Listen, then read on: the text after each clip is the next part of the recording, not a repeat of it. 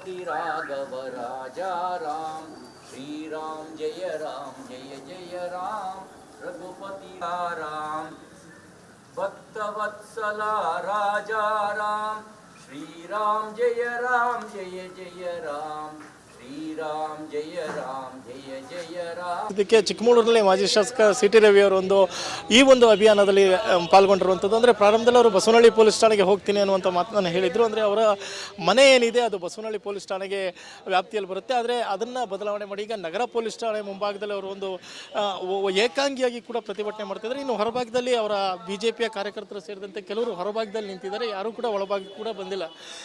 ಕೇವಲ C T Ravi ಒಬ್ಬರೇ ಕೂಡ ಒಂದು ಫ್ಲೆಕ್ಸನ್ನು ಹಿಡಿದುಕೊಂಡು ಈಗ ಪ್ರತಿಭಟನೆಯನ್ನು ಮಾಡ್ತಿರೋದು ಮತ್ತು ನನ್ನನ್ನು ಬಂಧಿಸಿ ಅನ್ನೋದು ಕೂಡ ಆಗ್ರಹವನ್ನು ಮಾಡ್ತಿದ್ದಾರೆ. ಸದ್ಯಕ್ಕೆ ಈಗ ಅವರು ಒಂದು ಭಜನೆ ಮೂಲಕ ನಗರ ಠಾಣೆ ಮುಂದೆ ಈಗ ಒಂದು ಆಗ್ರಹವನ್ನು ಮಾಡ್ತಿರೋಂಥದ್ದು, ನಾನು ಕರಸೇವಕ, ನನ್ನನ್ನು ಬಂಧಿಸಿ ಅನ್ನುವಂಥ ಮಾತನ್ನು ಹೇಳ್ತಿರೋದು. ಅಂದರೆ ಈ ಹಿಂದೆ ಕೂಡ ಏನು ಅಯೋಧ್ಯೆ ವಿಚಾರವಾಗಿ 2ನೇ ಬಾರಿ ಕೂಡ ಅವರು ಒಂದು ಕರಸೇವಕರಾಗಿ ಕೂಡ ಭಾಗಿಯಾದರೆ ಚಿಕ್ಕಮಗಳೂರಿನಿಂದ 3 ಕೂಡ ಕರಸೇವಕರಾಗಿ ಭಾಗಿಯಾಗ್ತಾರೆ. ಅದರಲ್ಲಿ ಒಂದು ಸಿ ಟಿ ರವಿ ಅವರು, ಇನ್ನೊಂದು ಸುನೀಲ್ ಕುಮಾರ್ ಅವರು ಮತ್ತು ಏನು ವಿಧಾನ ಉಪಸಭಾಪತಿಯಾಗಿದ್ದಾರೆ MK ಪ್ರಾಣೇಶ್ ಅವರು, 3 ಕೂಡ ಈ ಒಂದು ಏನು ಕರಸೇವೆಯಲ್ಲಿ ಭಾಗಿಯಾಗಿದ್ದರು.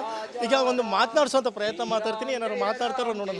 ಸರ್, ಶ್ರೀರಾಮ್ ಜಯ ರಾಮ್. ಸದ್ಯಕ್ಕಂತೂ ಶ್ರುತಿ ಯಾವುದೇ ಪ್ರತಿಕ್ರಿಯೆಯನ್ನು ಕೂಡ ನೀಡ್ತಿಲ್ಲ. ಆದರೆ ಒಂದು ಭಜನೆ ಮಾಡಿಕೊಂಡು ಅವರೀಗ ಒಂದು ನನ್ನನ್ನು ಬಂಧಿಸಿ ಅನ್ನೋಂಥ ಆಗ್ರಹವನ್ನು ಕೂಡ ಮಾಡ್ತಿದ್ದಾರೆ. ಸದ್ಯಕ್ಕೆ ನಗರ ಪೊಲೀಸ್ ಠಾಣೆ ಮುಂದೆ ಓರ್ವರು ಮಾತ್ರ ಕೂತಿರುವಂಥದ್ದು, ಉಳಿದಂತೆ ಎಲ್ಲರೂ ಕೂಡ ಈಗ ಸದ್ಯಕ್ಕೆ ಹೊರಭಾಗದಲ್ಲಿ ಕೂತಿದ್ದಾರೆ. ಒಂದು ವೇಳೆ ಬೆಂಗಳೂರಿನ ರೀತಿ ಏನಾದ್ರು ಸುನೀಲ್ ಕುಮಾರ್ ಅವರು ವಶಕ್ಕೆ ಪಡೆದಂಗೆ ಪಡೆದರೆ ಮತ್ತಷ್ಟು ಕಾರ್ಯಕರ್ತರು ಒಳಬರೋ ಸಾಧ್ಯತೆ ಇದೆ ಶ್ರುತಿ.